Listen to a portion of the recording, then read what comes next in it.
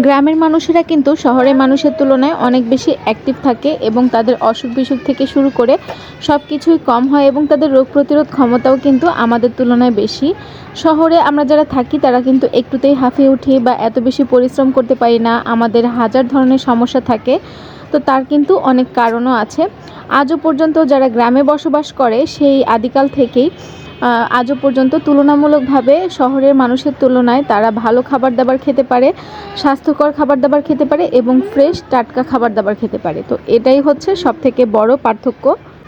আর এই যে যে জিনিসটা আপনারা দেখছেন এটার সঙ্গে আমরা কিন্তু কম বেশি সবাই পরিচিত, যারা শহরে থাকি তারাও কম বেশি চিনি, আর যারা গ্রামে থাকে তারা তো চেনেই। এটাকে কলার মোচা বলে আমাদের এলাকায়, কোন এলাকায় কি বলে আমি জানি না।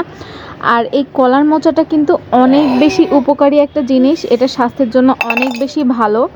আমরা যারা শহর কেন্দ্রিক মানুষ তারা মাসে বা বছরে কয়দিন এই জিনিসটা খেয়ে থাকি বলেন তো?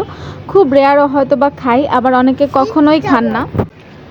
আর গ্রামের মানুষ কিন্তু এই কলার মোচাটা প্রায়শই খেয়ে থাকে এবং তারা একদম ফ্রেশ অবস্থাতেই খায়, কারণ তারা যখনই গাছ থেকে এটা পেড়ে আনে বা গাছ থেকে তুলে আনে তখনই হচ্ছে এটা ফ্রেশভাবে রান্না করে খায়। আর এই কলার মোচাতে কিন্তু প্রচুর পরিমাণে আয়রন রয়েছে এবং অন্যান্য অনেক ধরনের খনিজ উপাদান রয়েছে আর অনেক পুষ্টিগুণ রয়েছে, এটা আপনারা সবাই জানেন। তারপর একটু সার্চ করে দেখে নেবেন, আমি এ সম্পর্কে এত ডিটেলস বলতে চাচ্ছি না, এটা আমরা সবাই জানি কম বেশি। তো এই এত সুন্দর একটা খাবার, এটা কিন্তু আমরা শহরের মানুষরা বছরেও চোখে দেখি না বা এত ঝামেলা করে খাওয়ার ভয়ে হয়তো বা অনেকে খানি না। যেমন আমি নিজেই কলার মোচা যদি কখনো বাজারে কিনতেও পাই তারপরও কিনি না, কারণ এটা বাছা, তারপরে কাটা, তারপরে রান্না করা সব কিছু অনেক বেশি ঝামেলার মনে হয়। তো বাড়িতে যখন গিয়েছিলাম আমার আম্মু এটা আমাকে বানিয়ে খাইয়েছিল। যাই হোক, তো এটা হচ্ছে একদমই ফ্রেশ, একদম কলা গাছ থেকে ডাইরেক্ট কেটে এনে তারপরে হচ্ছে আম্মু প্রসেস করছে। এটা অনেক সময়ের ব্যাপার, অনেক বেশি সময় নিয়ে ধৈর্য নিয়ে এটা বাছতে হয়, তারপরে কাটতে হয়। তো এই যে দেখেন, এটাকে ফার্স্টে হচ্ছে কলার মোচা থেকে ছাড়িয়ে নিয়েছে, লাল যে খোসাটা নৌকার মতো সেটা হচ্ছে ফেলে দিয়েছে, আর তারপরে ভিতর থেকে এগুলো বের করে নিয়েছে, আর তারপরে এগুলোকে এভাবে পরিষ্কার করে নিচ্ছে।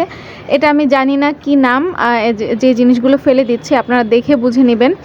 তো এই জিনিসগুলো কিন্তু এই মোচার থেকে এটা ফেলে দেওয়া হচ্ছে আর বাদবাকি জিনিসটা রেখে দেওয়া হচ্ছে, এটা পরবর্তীতে কেটে নেওয়া হবে। আমি একটু ক্লোজলি আপনাদেরকে দেখিয়ে দিলাম, এটা আসলে ভিডিও দেখে বুঝে নিতে হবে।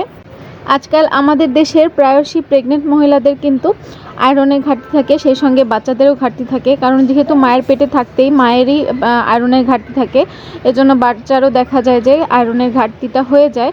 তো সেক্ষেত্রে এ ধরনের খাবার কিন্তু অনেক বেশি হেল্পফুল।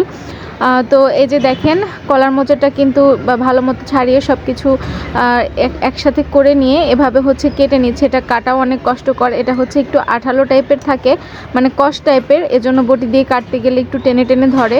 আমি না টেনে হচ্ছে আপনাদেরকে দেখাচ্ছি। তো এটা কাটতেও অনেক বেশি সময় লাগে, আর কাটার সঙ্গে সঙ্গে কিন্তু এটা কালচে হয়ে যায়, যেহেতু আয়রন জাতীয় যে কোনো খাবারই কাটার সঙ্গে কালচে হয়ে যায়, আর যেহেতু এটাতে প্রচুর পরিমাণে আয়রন রয়েছে এজন্য এটা কাটার সঙ্গে প্রচুর পরিমাণে কালো হয়ে যায়। আপনারা দেখেই বুঝতে পারছেন, এটা হাত দিয়ে কাটলেও হাতের অবস্থাও খারাপ হয়ে যায়, মানে আমার আম্মুর হাত তো পুরো কালো হয়ে গিয়েছিল কষে। তো এই জন্যই হচ্ছে আমাদের আর কি খাওয়া হয় না। তো এই কলার মোচাটা কিন্তু এক এক এলাকায় এক একভাবে রান্না করে। আমাদের এলাকায় এটাকে ইলিশ মাছের মাথা দিয়ে বা ইলিশ মাছ দিয়ে রান্না করে, অনেক সময় ইলিশ মাছের মাথা দিয়ে ঘন্ট করে, চিংড়ি মাছ দিয়ে ঘন্ট করে, আরও অনেকভাবেই কিন্তু রান্না করে থাকে। আপনাদের এলাকায় কিভাবে এটা রান্না করে এটা কমেন্ট করে অবশ্যই জানাবেন, কোন এলাকায় কিভাবে এটা রান্না করে, আর রেসিপিও কমেন্ট বক্সে লিখে দিতে পারেন আপনারা যদি কোনো ইউনিক রেসিপি আপনাদের জানা থেকে থাকে।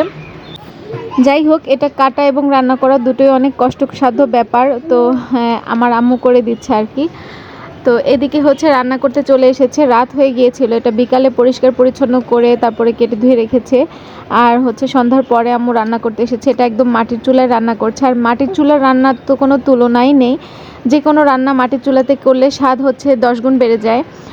তো ফার্স্টে হচ্ছে আম্মু কড়াইতে তেল দিয়ে দিল, আর তারপরে রসুন কুচি দিয়েছে। রসুন কুচিটা যখন একটু ব্রাউন হয়ে এসেছে, মানে গোলাপি বর্ণ হয়েছে, রসুন থেকে একটু ঘ্রাণ বের হয়েছে, তখন হচ্ছে এর মধ্যে পেঁয়াজ আর মরিচ দিয়ে দিচ্ছে।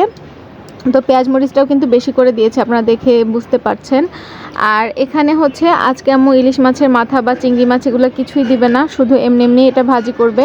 তো তো আমাদের বাসায় হচ্ছে ইলিশ মাছের মাথা বা চিংড়ি মাছ কোনো কিছুই ছিল না, তো এভাবেই ভাজি করবে। এই ভাজিটা এমনিতে খেতেও অনেক বেশি মজা, প্লাস এটার উপকারিতা তো আছেই। তো এটা এমনি এমনি খেতেও বেশি ভালো লাগে। তো এবার হচ্ছে লবণ দিয়ে দিল, পেঁয়াজ মরিচটা কিছুক্ষণ ভেজে নিয়ে। আর অনেকে হচ্ছে কলার মোচাটা রান্না করার সময় এই মোচাটা হচ্ছে ভালো মতো ভাপিয়ে বা সিদ্ধ করে পানিটা ফেলে দিয়ে তারপরে হচ্ছে বাগার দেয়, কিন্তু আমার আম্মু ওভাবে রান্না করে না। আম্মু সবসময় বলে যে কলার মোচা যদি সিদ্ধ করে ভাপিয়ে ফেলেই দিলাম পানিটা, তাহলে তো সব পুষ্টিগুণ চলেই যাবে পানির সাথে। তো এই জন্য আম্মু এভাবেই রান্না করে, আর এভাবেও খুব সুন্দরভাবে সিদ্ধ হয়ে যায়, প্লাস খেতে আরও বেশি মজা লাগে আমার কাছে মনে হয়।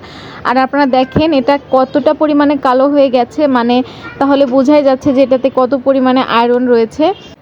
তো যাই হোক, ভালো মতো পেঁয়াজ মরিচগুলো ভেজে নিয়ে, একেবারে লাল করে ফেলা যাবে না, একটু মানে যখন স্বচ্ছ হয়ে আসছে পেঁয়াজটা, তখন হচ্ছে এর মধ্যে কলার মোচাটা দিয়ে দিল, আর তারপরে হলুদের গুঁড়া দিল সামান্য পরিমাণে। আর তারপরে হচ্ছে ভালো মতো নেড়েচেড়ে ভাজিটা করতে হবে। এই ভাজিটা কিন্তু ঢাকবে না আমার আম্মু, তো এভাবেই কিন্তু সিদ্ধ হয়ে যায় খুব সুন্দর মতো। তো এটা হচ্ছে মিডিয়াম আঁচে রান্না করতে হবে, জালটা কমানো বাড়ানো যাবে না, একইভাবে আঁচ দিয়ে রান্না করতে হবে। আর এভাবে নেড়েচেড়ে ভাজিটা যখন একেবারে এরকম কমে আসবে আর গা থেকে তেল ছেড়ে দিবে, তখনই বুঝতে হবে ভাজিটা হয়ে গেছে। তো আমার আজকের ভিডিওটি কেমন লেগেছে আপনারা কমেন্ট করে জানাবেন, আর এই কলার মোচা ভাজি আপনারা কে কীভাবে খান সেটাও কমেন্ট করে জানাবেন। আজকের মতো বিদায় নিচ্ছি, আল্লাহ হাফেজ।